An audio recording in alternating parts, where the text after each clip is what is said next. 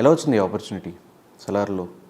ఇది నాకు రాకముందు చాలామందిని యాక్చువల్గా చూస్తున్నారు, ఎవరిది కొంతమంది లుక్ మ్యాచ్ అవ్వట్లేదు, కొంతమంది యాక్టింగ్ మ్యాచ్ అవ్వట్లే.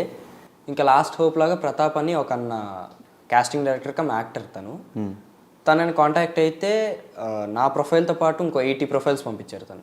ఓకే. తను కాల్ చేసినప్పుడు సలారు పెద్ద మూవీ ప్రొఫైల్ అన్నారు. ఏం వస్తలే సర్లే పంపిద్దాం ఒక ట్రై లాగా అనేసి పంపించాం.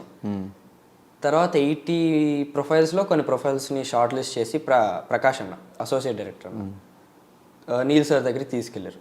దాంట్లో నాది సార్ సెలెక్ట్ చేశారు.